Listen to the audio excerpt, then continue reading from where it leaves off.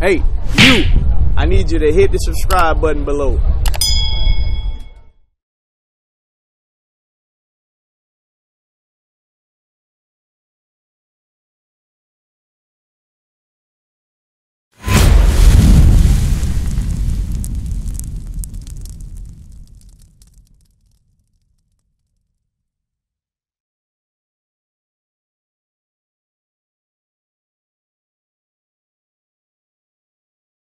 Yeah, Hebrews 10:25. All right, that's good. This is Hebrews chapter 10, verse 25. Not forsaking the assembly of ourselves together. Not forsaking the assembly of ourselves together. Right, so we just read something similar to that earlier. That was Zephaniah 2:1. It said, gather together, nation not to desire. Now this is the commandment behind it. It said, don't forsake the assembly of yourselves together.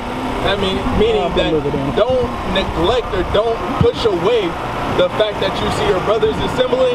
You see all your brothers coming together on a certain day who believe the same thing you believe, and then you neglect it. You be like, oh man, all the brothers over there keeping the commandments and keeping the Sabbath day holy.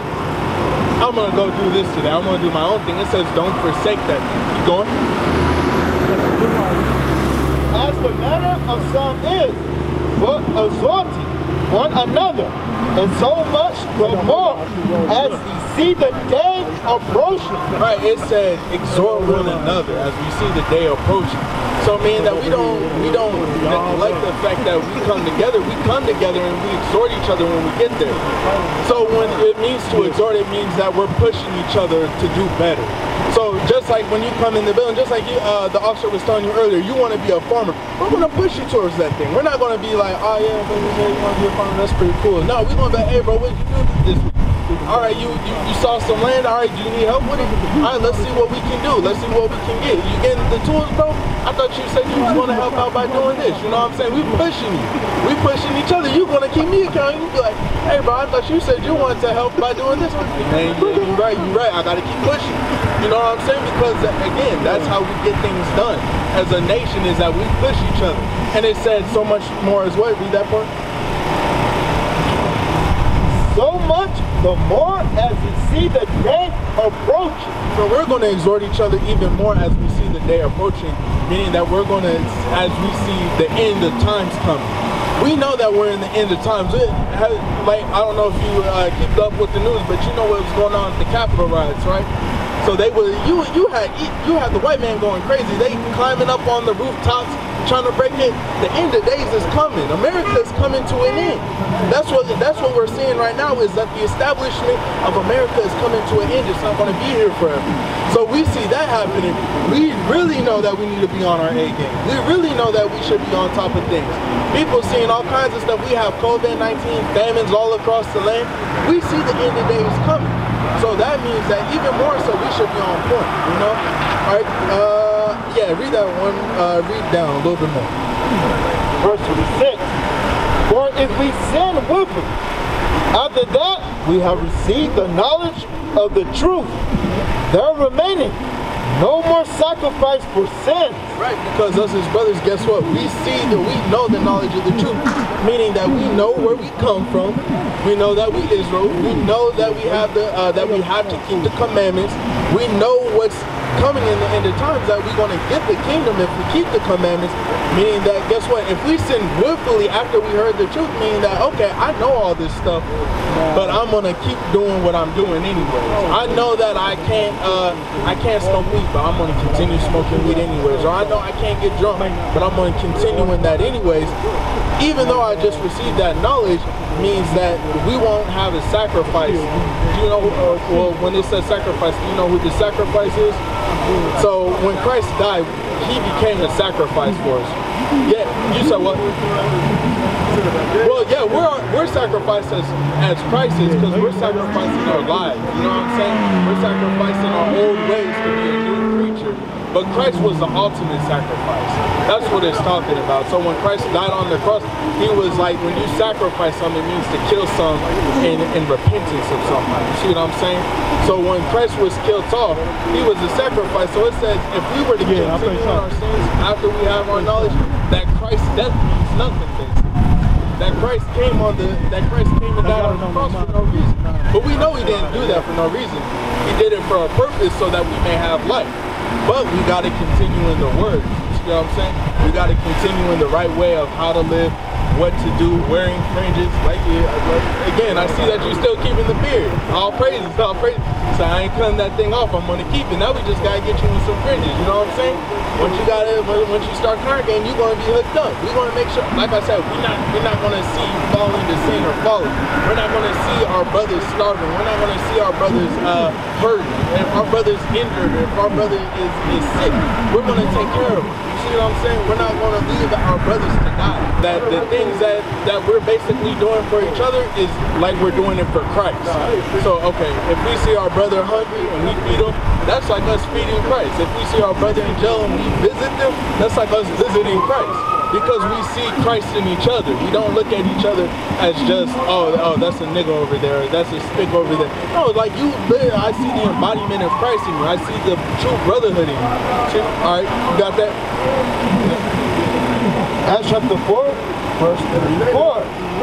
Neither was there any among them that lacked, for as many as were possessors of land.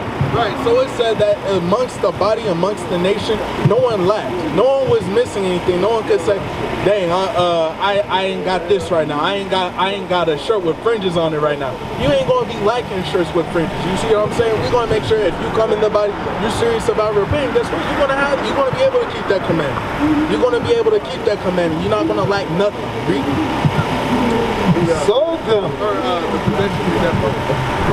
as were possessors of lands or houses, sold them and bought the pieces of things that were sold.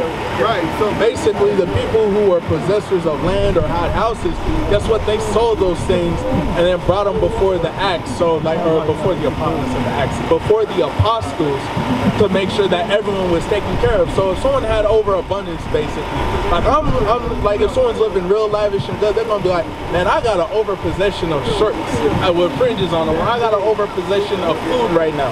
We're like, okay, let me bring that before the body, and whoever needs it can get it, so that no one's lacking, that no one's missing anything. That's how a nation gets built. Because again, like I said, we all came from a broken place, but we all built ourselves up to be able to help the next man behind us. So just like you in a bad spot right now, build yourself up so you can help the next man behind you who's in a bad spot. All right, keep going. And laid them down at the apostles' feet, and distribution was made unto every man according as he have need. Right, so distribution was made to every person according to what they had need of. So if there was like a whole family, if there was a family of 10 and they all they all don't have shirts with fringes, we want to make sure that whole family gets shirts. We want to make sure they all get food. If there's only one brother who needs something, we want to make sure there's enough for that one brother.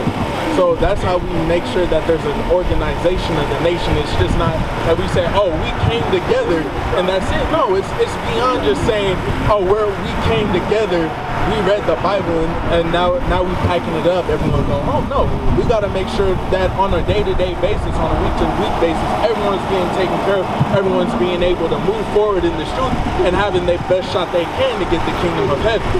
That's what the goal and the mission is. Actually, get that real quick in 1 Corinthians about the body.